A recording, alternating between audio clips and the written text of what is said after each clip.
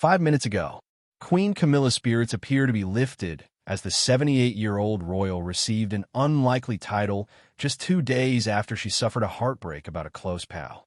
King Charles's wife, despite being the queen consort, is not particularly a popular royal in the public's eyes given her history with Princess Diana. Moreover, Prince Harry also snubbed his stepmother with choice words in his memoir, Spare. Hence, it came as delight when Camilla received special praise from a seasoned royal correspondent in comparison to other members of the royal family. While talking about royal tours, royal author and journalist Valentine Lowe revealed to Woman's Day that they are not as glamorous as people think. He pointed out that the journalists accompanying on trips and tours have to scrabble to keep up routines, and it could oftentimes lead to irritable behaviors from the royals. Lowe said that the king's amazing schedule, which packs in an awful lot to his trips and famously doesn't have lunch. However, he stated that of all the royals, Camilla is the friendliest among them. Lowe praised, "She'll always come and say hello. She will catch your eye, and there would be a light in her eye." The timing was, in a way, cruelly theatrical. 2 days earlier, she had attended a funeral for a woman who had been a thread through her adult life. A writer, a friend, a companion in the peculiar social world that binds the public and the private. Dame Jilly Cooper's death had left a hollow that no honor could fill. Sympathy arrived in the formal choreography she had learned to navigate. Letters in neat envelopes, messages from well-wishers, a stream of condolences that never felt long enough or private enough. Private grief, Camilla knew by now, had no rehearsal. It settled in the hours between engagements, in the quiet pockets of a life defined by public duty. To anyone scanning headlines, the new title was a tidy story. A woman given a significant naval association, a symbolic step into a world long associated with men, a new name to add to the roll call of ceremonial duties. For Camilla, it was more than symbolism. It was a new way to show up for a community she admired. Veterans, serving personnel, and the families who live with the rhythms of military life. It arrived as a formal badge of recognition and as an invitation to deepen work she had already been doing in quieter corners.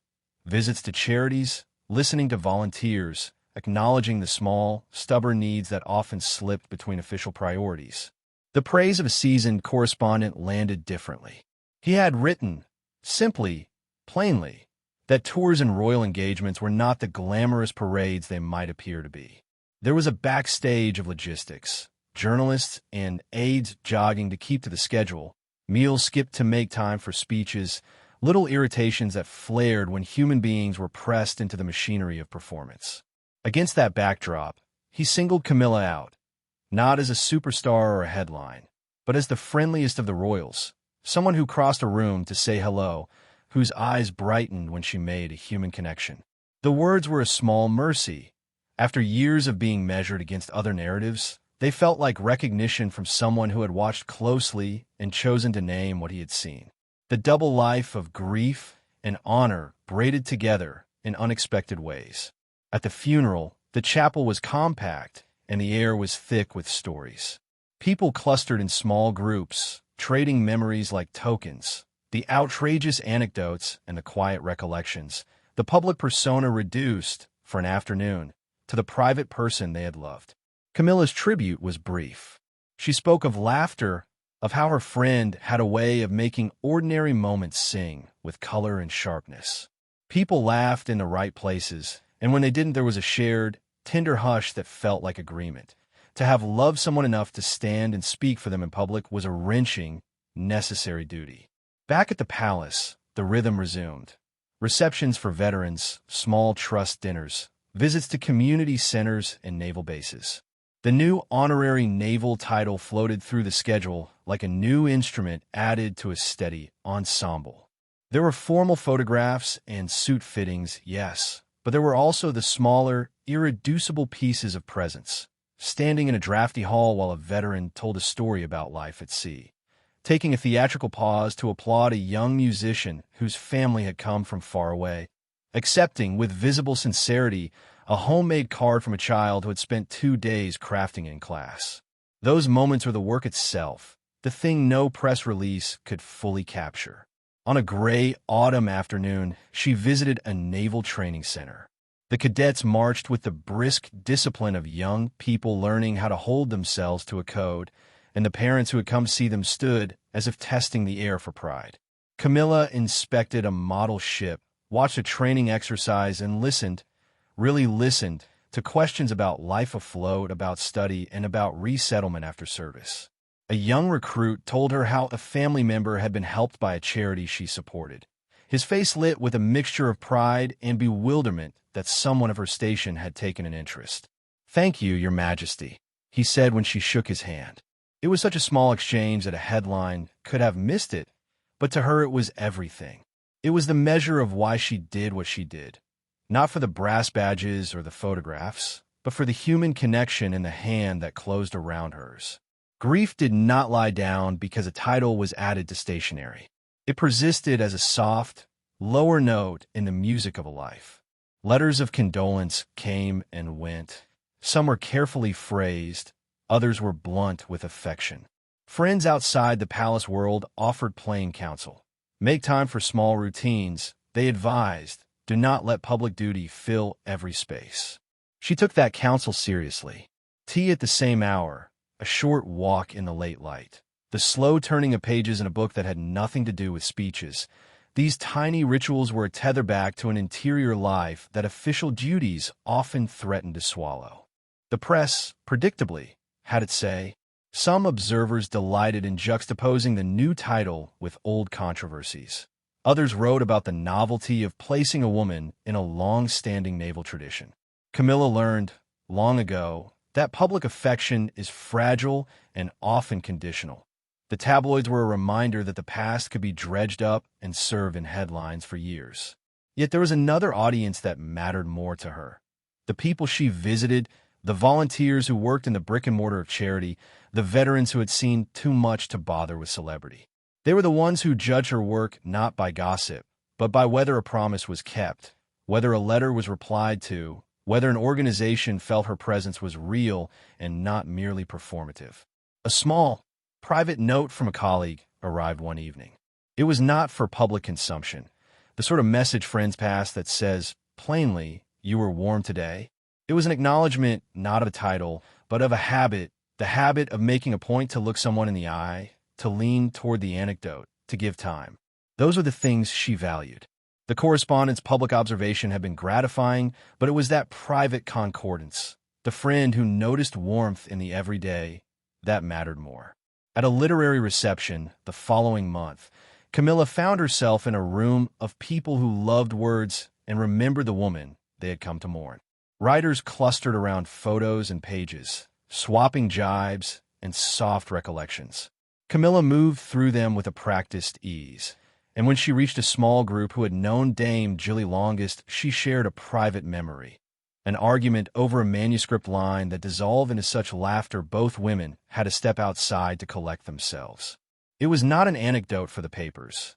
It was an offering to those who understood the texture of their friendship, the kind of memory that lives between people and resists the bright, blunt light of publicity. There were moments of irritation, too. Schedules could be relentless. The machinery of public life sometimes ground against the slow, human need to process grief. She had staff who had been with her for years, and who knew when a joke would help and when silence would do more good. They smoothed edges, they kept the engines running, and they made it possible for her to be at once a public figure and a person with a private life. She had learned to ask for help, not a natural concession for someone who had often had to present a composed face, and to accept that strength sometimes meant leaning on others. Slowly, the new title found its place. She attended commemorations linked to the armed services, met families at reunion events, and took time to read deeply into the histories and personal stories that gave meaning to the insignia she had been offered. She wrote letters when she could, took time to send a handwritten note here and there.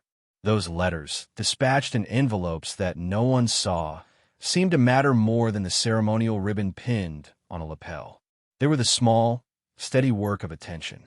Nightfall arrived early these days. On evenings when the house settled into its habitual hush, she would sit with a cup of tea by a photograph from a lighter time, a picnic with friends, a sunburnt hat, a dog lounging beneath a chair. The photograph reminded her that life had not always been measured in formalities. She often took a few minutes to write a note to someone who had helped or to respond to a request with a short, careful sentence that said more than a long, public speech ever could.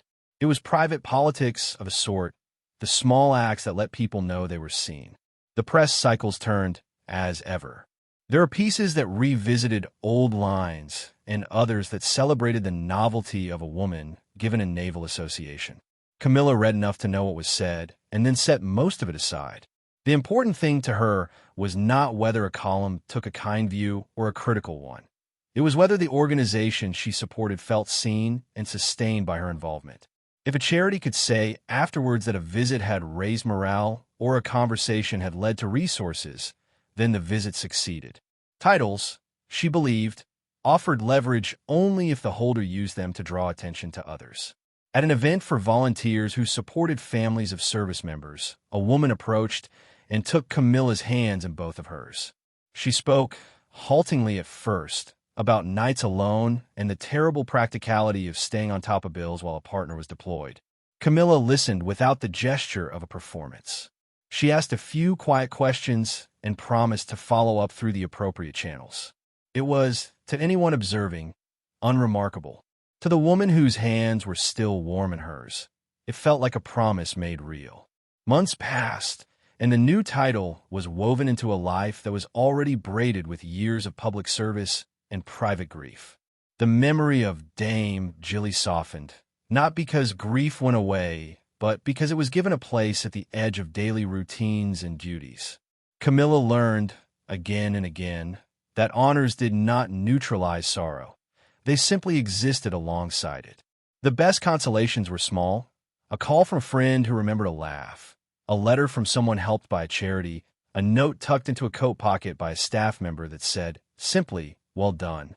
In the quiet that followed each engagement, she would sometimes take out a sheet of paper and write a short sentence to someone she had met that day. A thank you, an encouragement, a recollection.